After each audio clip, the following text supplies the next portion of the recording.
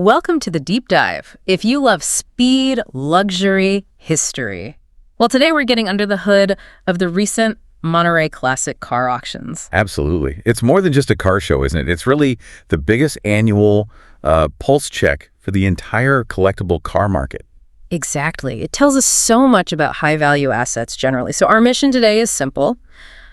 Unpack what's really shifting in that market. We want to understand why things are changing and, what it all means for collectibles beyond just the automotive world. Right. And we're doing that by looking at the hard data. Sources like Haggerty are key here, plus insights from dealers, consultants, people like Simon Kibston, who are right in the thick of it. It's a fascinating glimpse, especially with global economics and this huge generational change happening. Definitely reshaping things. Okay, so let's dive straight into those Monterey numbers. They seem to show a market that's, cooling off a bit. That's putting it mildly, yeah. Yeah. We saw about 1,140 classic cars up for auction. And the total sales figures. They're projected somewhere between, say, $367 million and $409 million. Let's call the average around $388 million. $388 million. How does that stack up against previous years? Because I feel like we've heard bigger numbers before. You have. That's the key point. This is the third year in a row it's declined. Third year? Wow, it's an 18% drop from the peak back in 2022.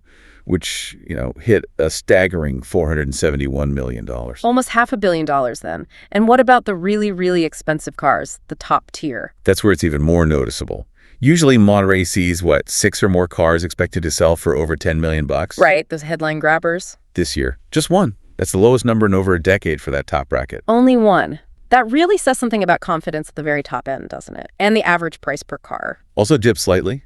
Last year, it was around $477,000. This year, closer to $473,000. Not a huge drop, but still part of the trend. Okay, so we see this cooling in cars. How does this compare to, say, other collectibles, like art or jewelry? Are they all moving together?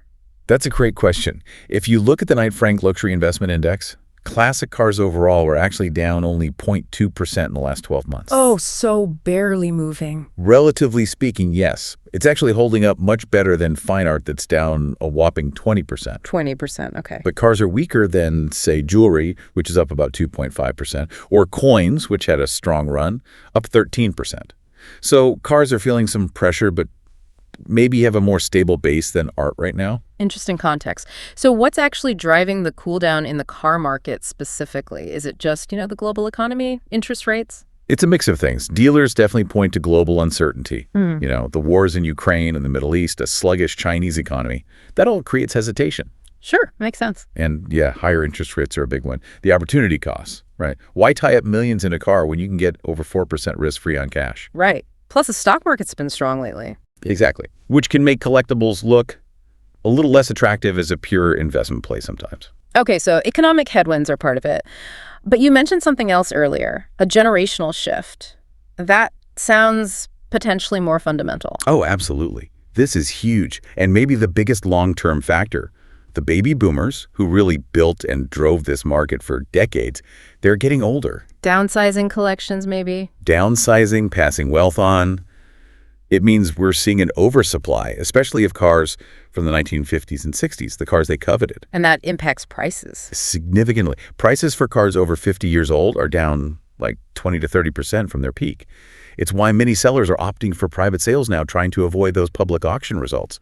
Keeping the lower prices less visible. Precisely. And think about this. Experts estimate something like $100 trillion is transferring to millennials and Gen Z. $100 trillion? That's staggering. It is. And these younger generations, they have different tastes. They often prefer newer cars, 80s, 90s, 2000s, cars that are maybe more usable, more drivable day to day, not just garage queens. You can actually see that shift in the auction stats. Clearly. The average model year sold at Pebble Beach shifted from 1964 just 2 years ago to 1974 this year.